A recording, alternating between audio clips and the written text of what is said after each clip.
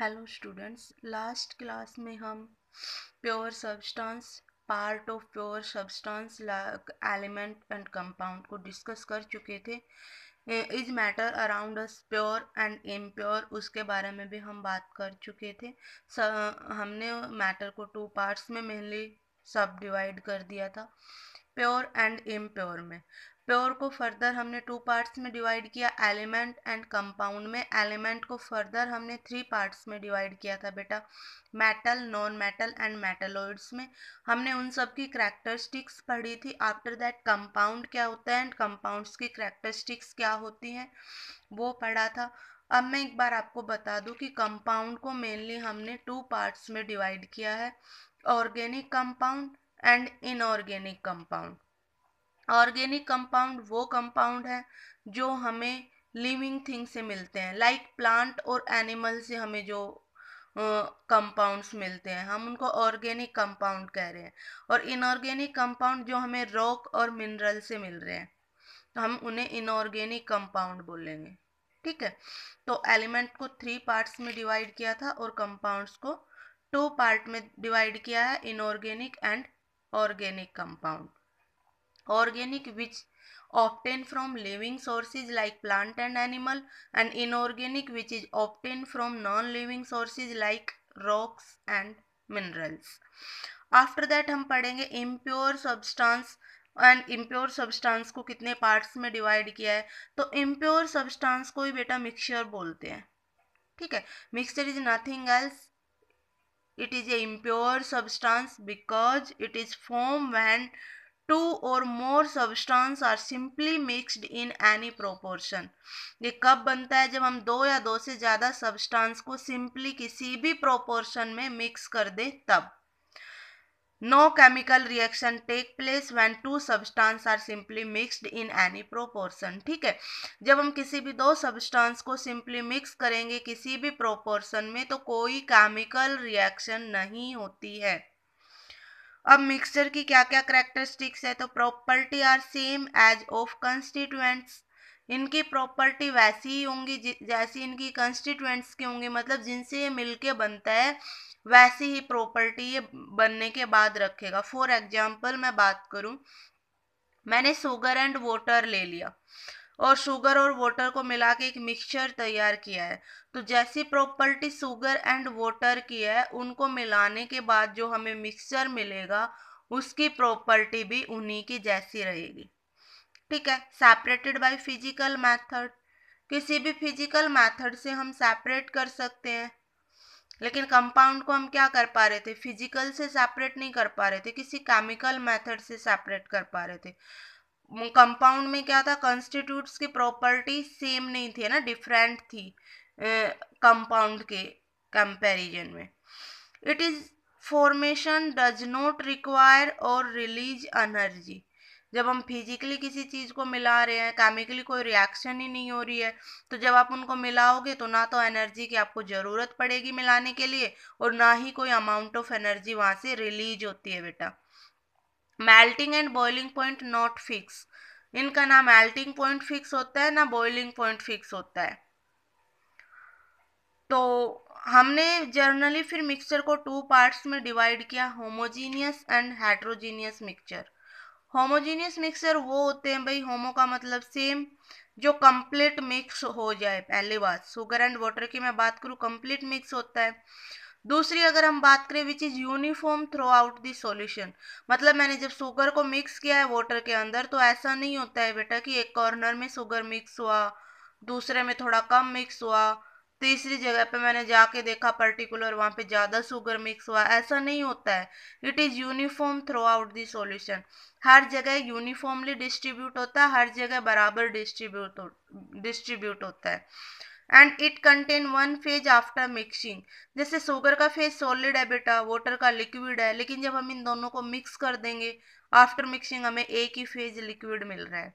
तो ये हमारे होमोजीनियस के करेक्टरिस्टिक्स रहेंगे कि it will be uniform throughout the solution, it is completely mixed and it contain only one phase after mixing beta, like sugar and water, like air, air में भी तो हम नहीं बता सकते ना कि ये ऑक्सीजन है, ये नाइट्रोजन है भाई, ये हमारा हीलियम है, या ये कार्बन डाइऑक्साइड है, नहीं बता सकते। ठीक है। हेट्रोजीनियस कौन से होते हैं भाई? Which is not completely mixed, which is not uniform throughout the solution, it contain more than one phase after mixing। तो ये तो ना तो कंप्लीट मिक्स होता है, लाइक मैंने ऑयल मिक्स किया वाटर में, क्या मिक्स होता है बेटा? नहीं होता है। या सैंड मिक्स किया वाटर में, नहीं होता है। यूनिफॉर्म नहीं होता थ्रू आउट दिस सॉल्यूशन। जब मैं सैंड को मिक्स करूंगा तो सैंड का क्या रहेगा कि भाई मान लीजिए वो बॉटम में बहुत ज़्यादा है, ऊपर थोड़ा कम रहेगा, है ना। मतलब यूनिफॉर्म मिक्स नहीं होता है, कहीं सैंड ज़्यादा दिखाई पड़ रही है आपको, कहीं सैंड कम दिखाई पड़ रही है। And it contain more than one phase after mixing. Sand का फेज क्या है? सॉलिड है। वाटर का लिक्विड है। आफ्टर मिक्सिंग हमें दोनों दिखाई पड़ रहे हैं, सैंड भी एंड वाटर भी, मतलब सॉलिड भी और लिक्विड भी। तो हम मिक्स करने के बाद भी एक फेज में नहीं जा पा रहे हैं। ठीक है, ये हमारा हेट्रोजीनियस था। तो होमोजीनियस जो कंप्लीट मिक्स होता है, जो यूनिफॉर्म होता है, जो एक फेज रखता है। हेट्रोजीनियस जो कंप्लीट मिक्स नहीं होता, जो यूनिफॉर्म नहीं होता, जो एक फेज नहीं रखता, like oil and water, sand and water. Homogeneous में हो जाएगा like sugar and water, air. ठीक है। अब हम कंपाउंड एंड मिक्सचर के बीच में डिफरेंस जान लेते हैं भाई। तो मिक्सचर तो क्या था कि mix of two substance in any proportion. लेकिन कंपाउंड क्या था भाई? Mix two and more element in a fix ratio. वहाँ पे एक फिक्स रेशियो में हम मिक्स कर रहे थे, या किसी भी प्रोपोर्शन में मिक्स कर रहे हैं। मिक्सर का क्या था कि property are different from its constituents. जिनसे मिलके बनता है उनसे प्रॉपर्टी बिल्कुल अलग रखेगा। जैसे वाटर मैंने आपको बताया था हाइड्रोजन ऑक्सीजन से मिलके बनता है, बट हाइड्रोजन एक कंबशन फ्यूल होता है, oxygen is also help in combustion, and water बिल्कुल अपोजिट होता है, कंबशन को ख़त्म करता है ना, किसी चीज़ को जलने से रोकता है वो। तो बिल्कुल डिफरेंट रखता है अपने कंस्टिट्यूएंट से प्रॉपर्टी। लेकिन मिक्सचर अपने कंस्टिट्यूएंट जैसी ही प्रॉपर्टी रखता है बेटा। शुगर और वाटर की जैसी प्रॉपर्टी, आफ्टर मिक्सिंग जो शुगर सॉल्यूशन मुझे मिलने वाला है उसकी प्रॉपर्टी सेम रहेंगी भाई। इट कैन, अगर मैं कंपाउंड की बात करूं तो it can not be separated by physical method. It can be separated by only chemical method, like electrochemical is a method by which we can separate water, है ना, by which we can separate hydrogen and oxygen from water।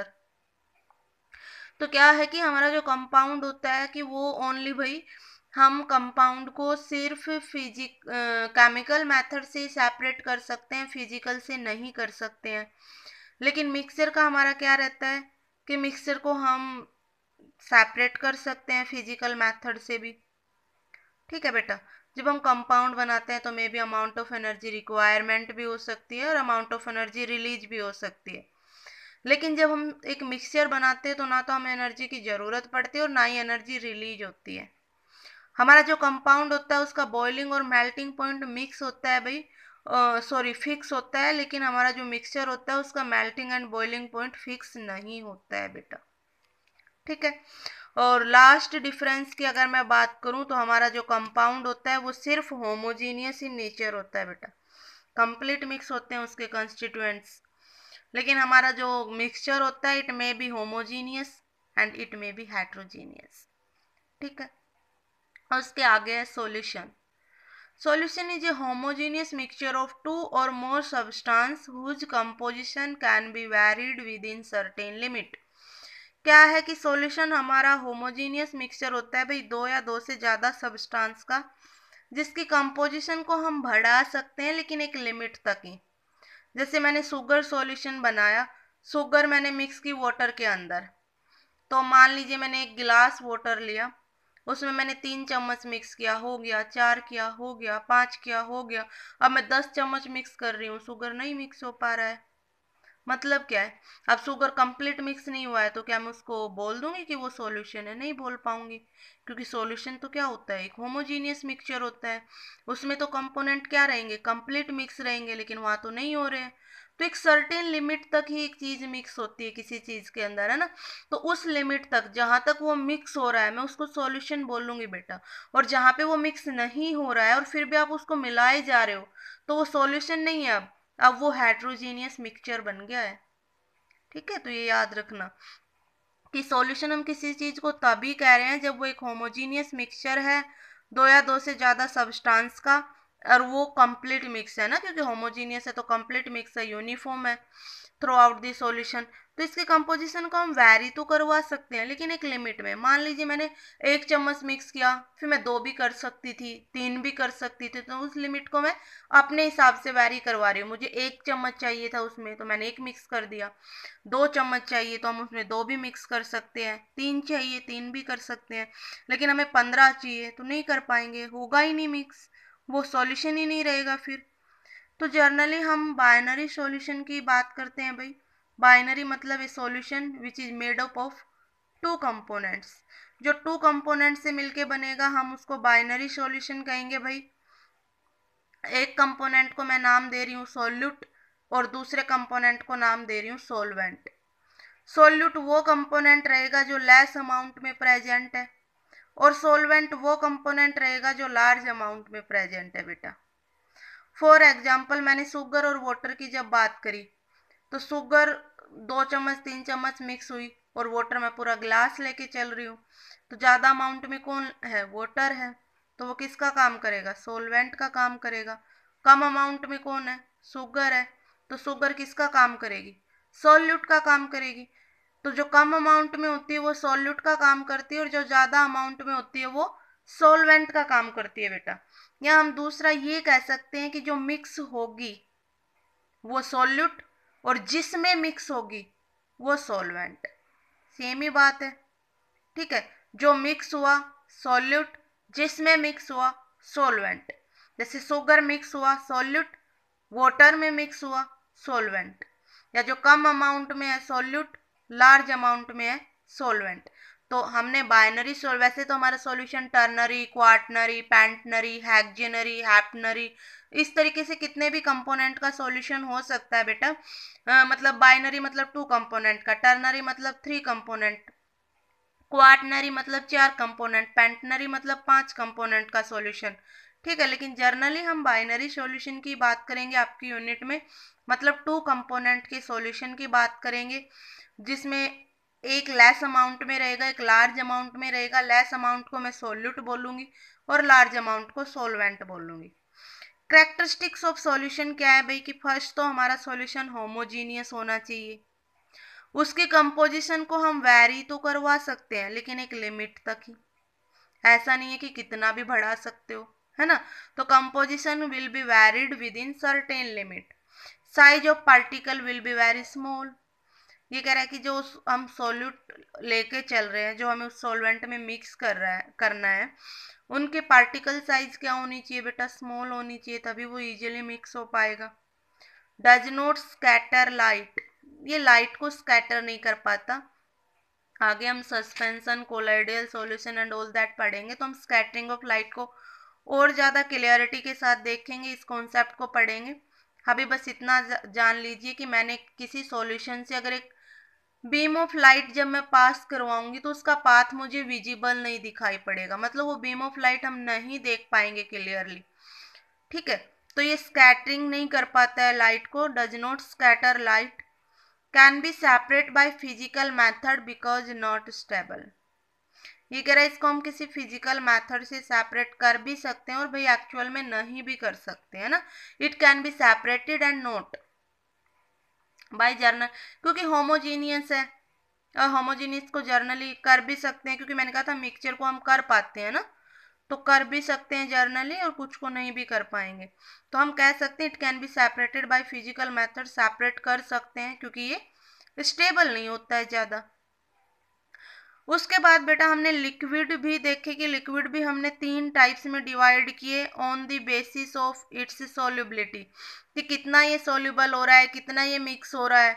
Like miscible liquid, immiscible liquid and partial miscible liquid, बार बार आप unit में पढ़ोगे जब हम separation of mixture पढ़ेंगे बाय डिफरेंट मेथड, तो आप देखोगे कि miscible, immiscible and partial miscible word बार बार आ रहे हैं। तो एक बार जान लेते हैं ये क्या होते हैं।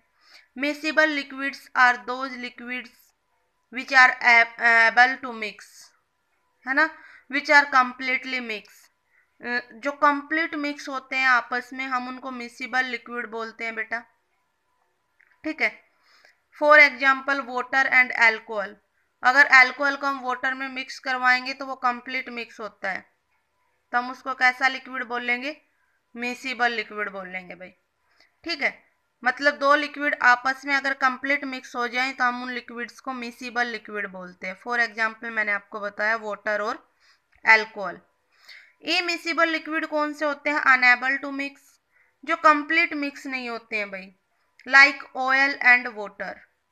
ठीक है, जो मिक्सचर हमारे कंप्लीट मिक्स नहीं होते हैं that is immiscible liquid, and oil and water is the example of immiscible liquid, ये कंप्लीट मिक्स नहीं होते हैं।